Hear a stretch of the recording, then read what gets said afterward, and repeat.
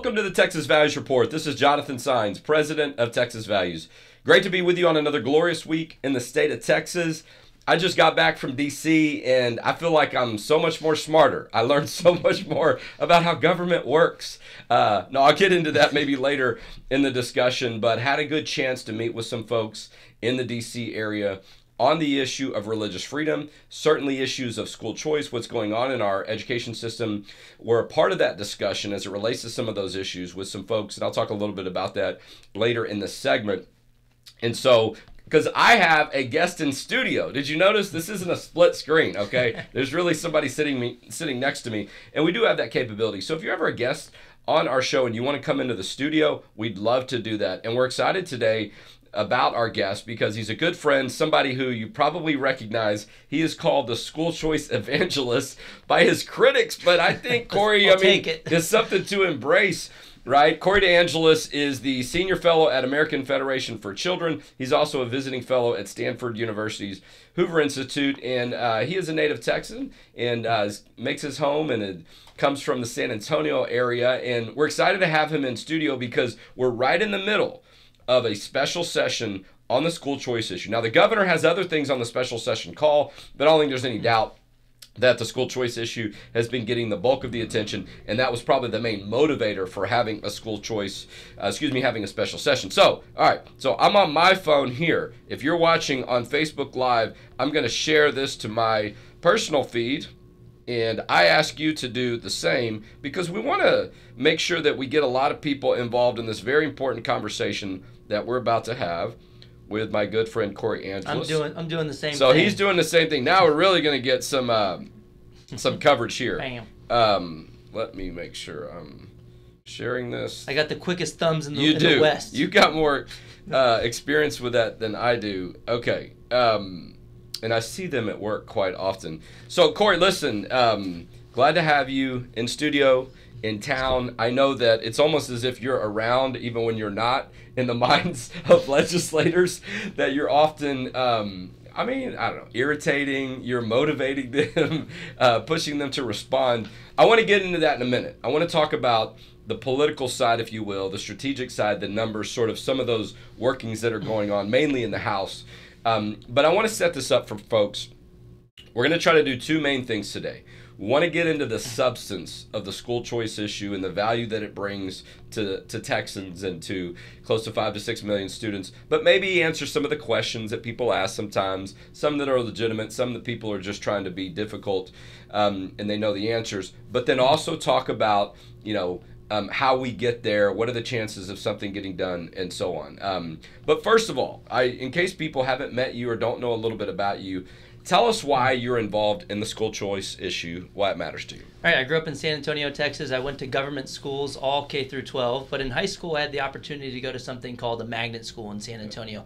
Still run by the district, but it's like a milquetoast form of school choice that you can choose another public school. Right. And that was on the campus of my residentially assigned school, which there's a night and day difference that I got to see for 4 years straight, and that was a good opportunity for me. And I think other families should have opportunities too, but it shouldn't be limited to schools that are run by the government. You should be able to take your children's state-funded education dollars to the education provider of your choosing. It could be a public school, but also you should be able to take that to a private, religious or non-religious school if you want as well. And if you want to homeschool your kids, you should be able to get some of your money back to be able to cover the cost of educating your children at home. I also got into this work as a researcher really at the University of Arkansas in their Department of Education Reform, which is actually a little more conservative than your average education department. We're in the education school, totally different from most Marxist education camps in higher ed. And my first study there looked at the association between using the voucher program in Milwaukee, one that started back in 1990. Yeah, a while back. Followed the kids all the way until they're about 25 to 30 years of age, and we're able to link that program to reductions in crime later on in life. Yeah. And so that was a huge kind of national splash that study made. And since then, there's been 6 studies on the topic. I've done 2 of them. They're all peer-reviewed, finding more school choice, less crime, because schools aren't only shaping test scores, they're shaping the minds of your kids, and they develop their character.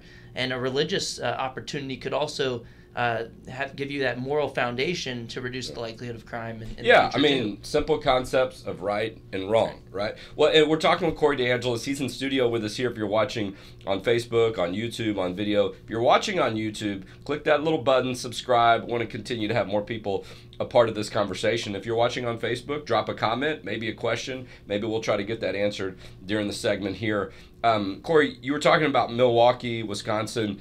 I don't think a lot of people know this. Senator Brandon Creighton, who chairs Education Committee and is carrying the bill in the Senate for the Texas legislature, but which, by the way, started a couple of weeks ago. A special session lasts 30 days. So we're almost at the end of 2 weeks. So there's not a whole lot left in that 30 days. I'm confident the governor will call the legislature back if we don't get this school choice bill done in the next couple of weeks. But he mentioned the fact that, when Texas has a school choice bill passed and some new legislation on this, will be the 31st or the 32nd state. A lot of states have been doing this for a long time. Yes. And it's been working. Tell us a little bit about that.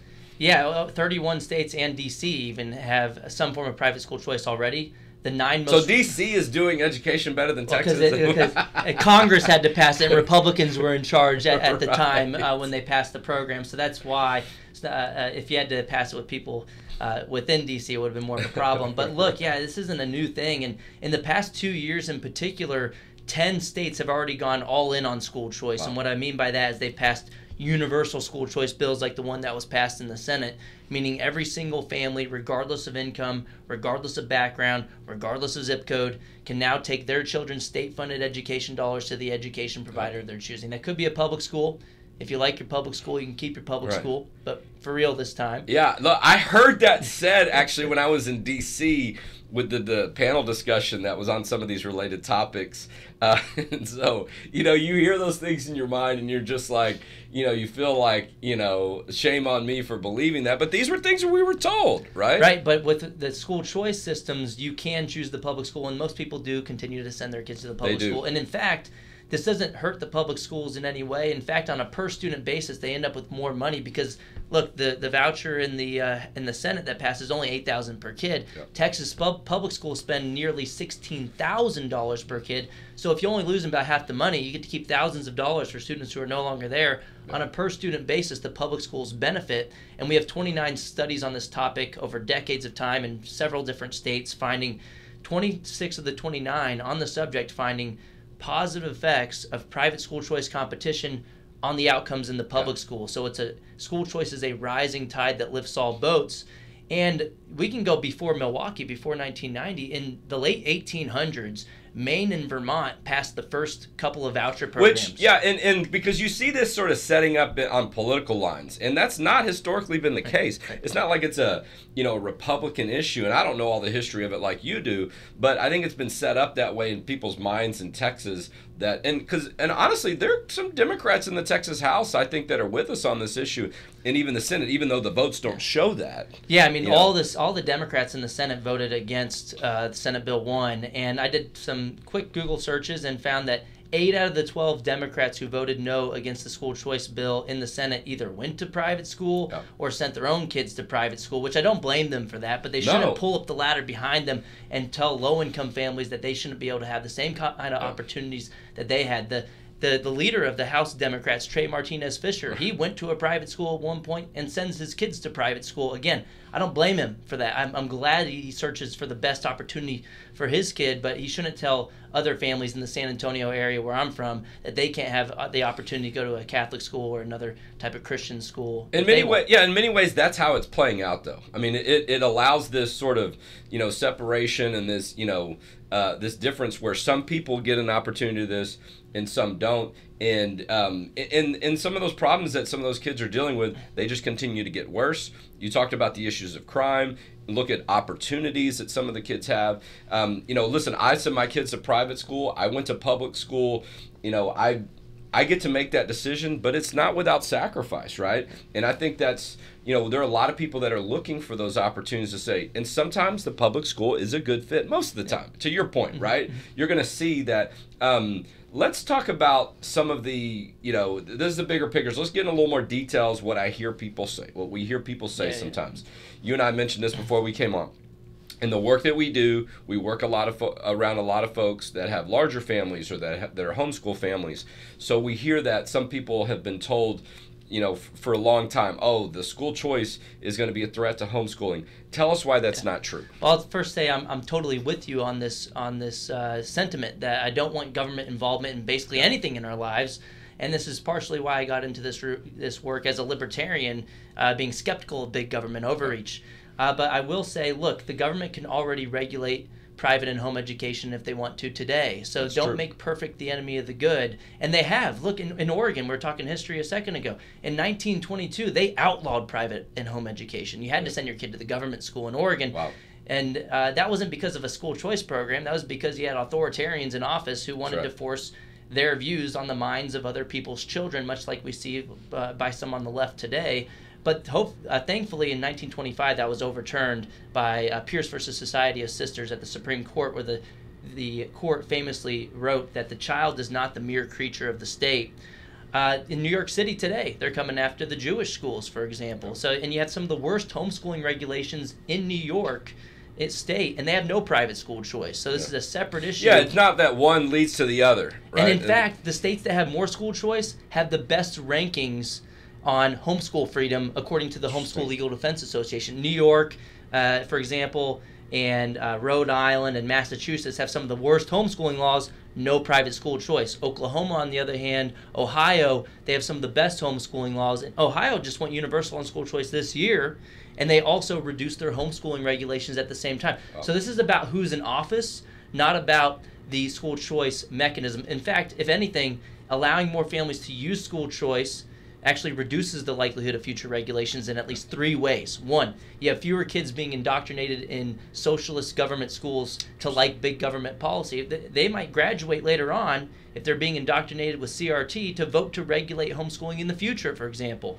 2, if you have more people using private and home education through school choice, you have a bigger coalition. Politics is all about coalition building and organized interest fighting for what they want. If you have people that are benefiting from the program, they'll be able to lock arms and fight against that authoritarian overreach in the future. And 3, last but not least, the more mainstream a concept becomes, the less likely the rest of society is going to think it's some icky thing that they're going to try to regulate out of existence. So this is 3 ways at least that school choice can benefit. And then also look at the bill. Not all school choice bills are equal, but the one in Texas and others, they have explicit anti-government regulation language built in, so that if you take the money, you're not a government entity, you're still a private entity, and they can't control your creed, admissions policies, curriculum, etc. This is in the model legislation from the American Federation for Children and Institute for Justice, and we see that in the bills today. So, and one more thing. Yeah, go ahead.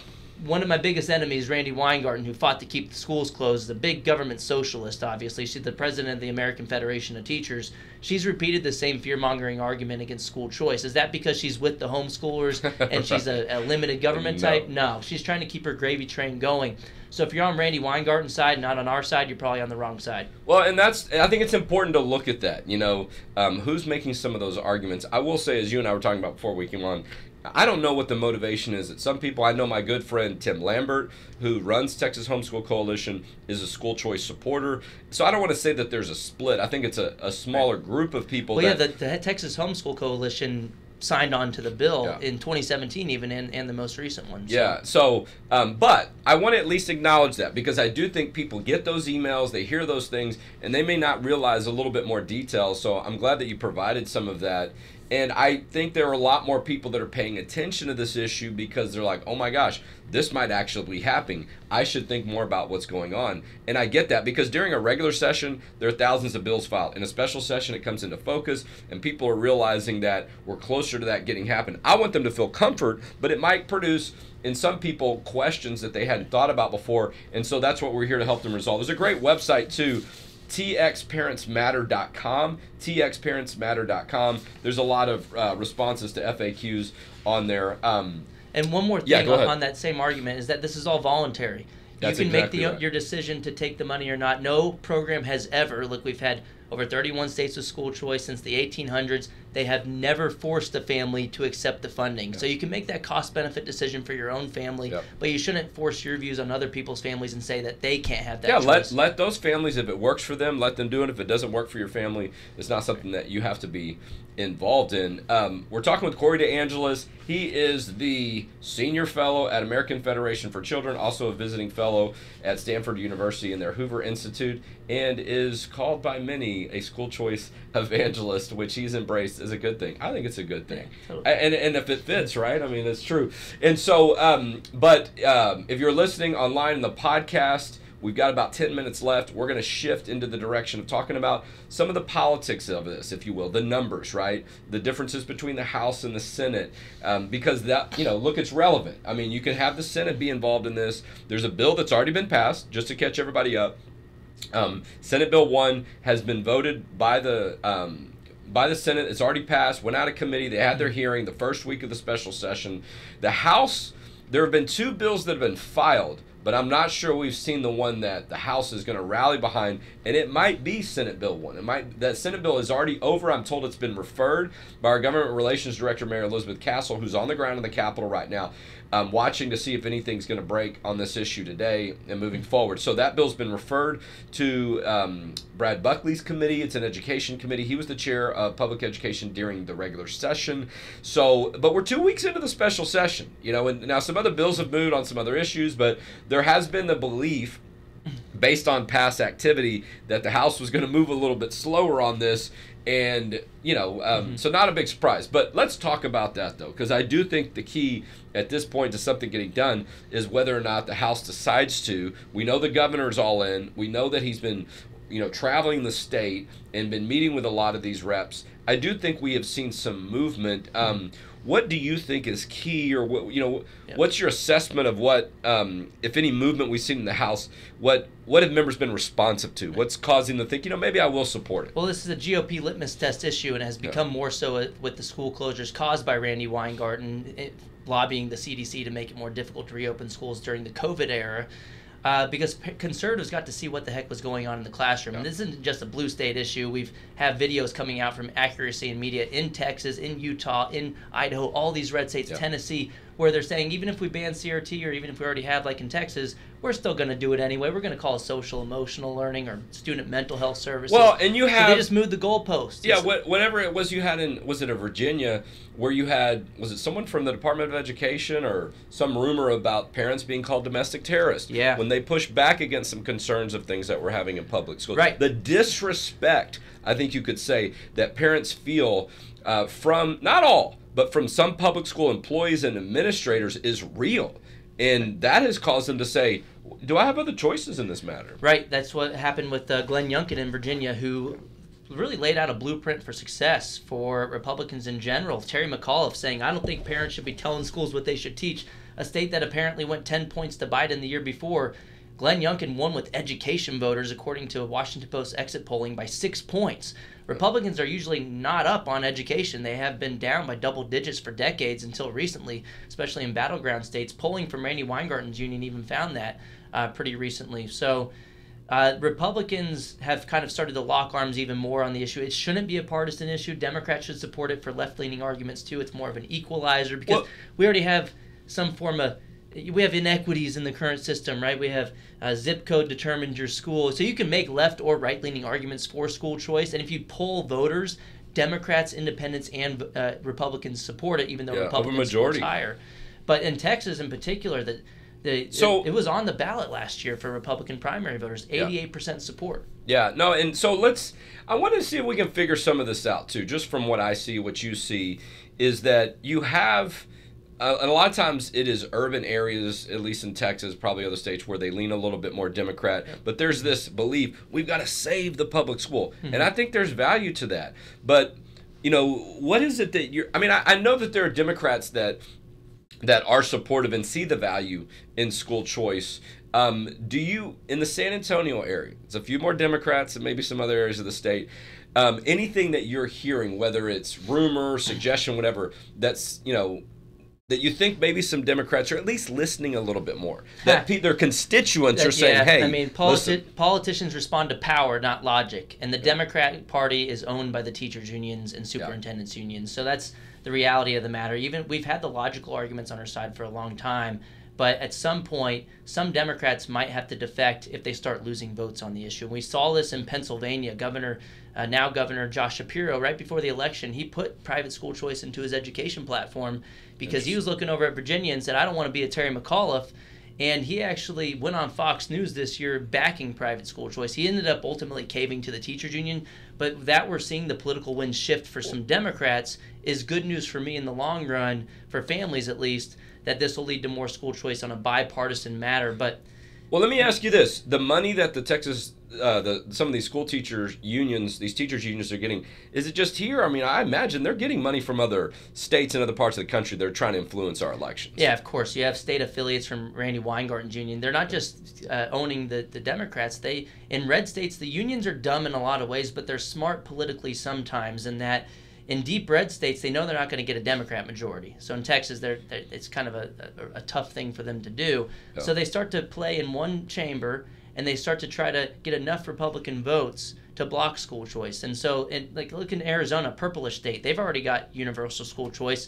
They had 1-seat GOP majorities in 2022, and they passed universal school choice with all Republicans showing up voting for their party platform. Think about North Carolina this year.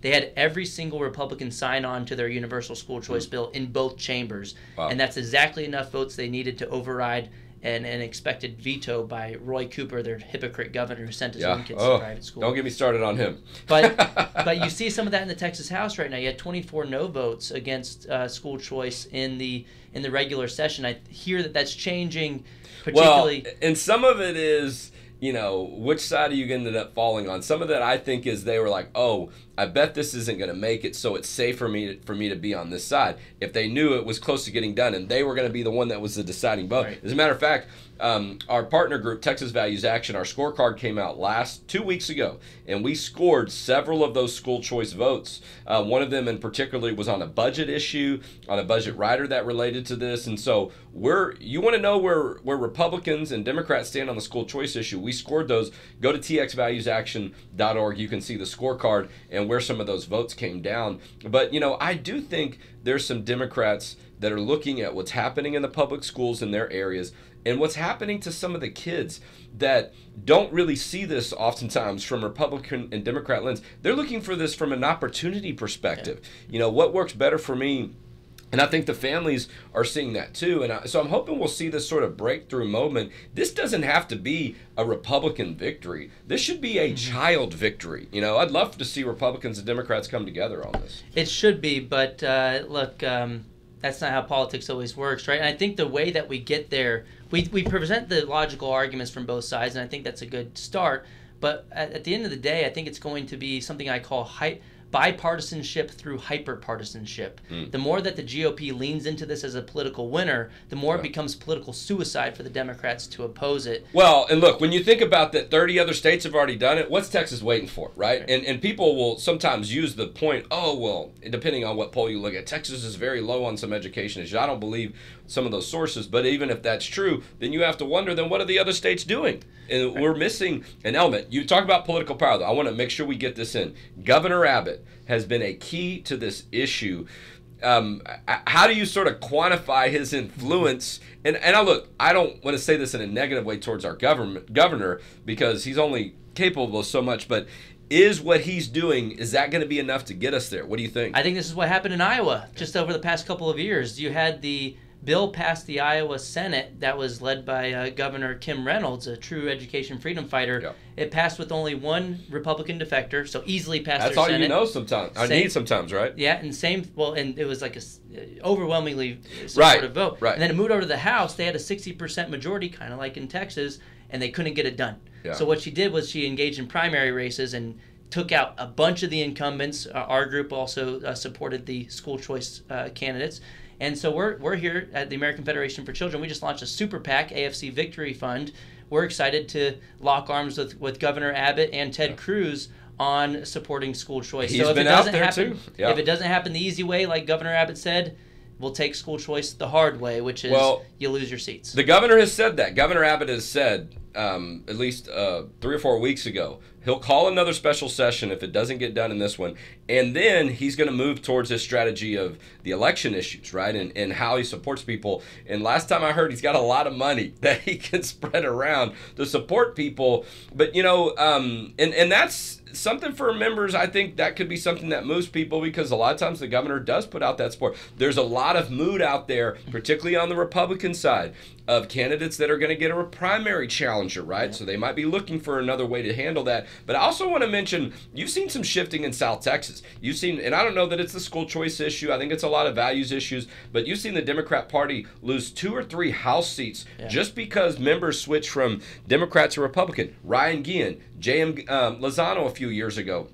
And others are considering that. The Dallas mayor, Eric Johnson, just switched. I was in the Dallas airport and I hear that announcement, and it's, sometimes it irritates me because I worked with him in the House, and I know he doesn't agree with us because I thought he was Democrat. And now I'm like, oh, I heard him. I'm like, okay, that's a Republican governor of a big city. It's not as usual as it used to be in Texas. So, if you're on the Democrat side, you have to worry, you're losing seats, you're losing influence. But a lot of that, to me, I think is because they're refusing to listen to people on key issues that Texans care about. You got the last word, 10 seconds. And I'm it's time for Texas to fund students, not systems, just like 10 other states have done so in the past 2 years. This is a GOP litmus test issue. Governor Abbott's going to get it done, and parents are going to win in the end. Well, I'm looking forward to it. Corey DeAngelis has been our guest today on the Texas Values Report. You see value in our work, go to our website, txvalues.org, make that tax-deductible donation, and that's how together we'll protect faith, family, and freedom in Texas. And we'll talk to you next week on the Texas Values Report.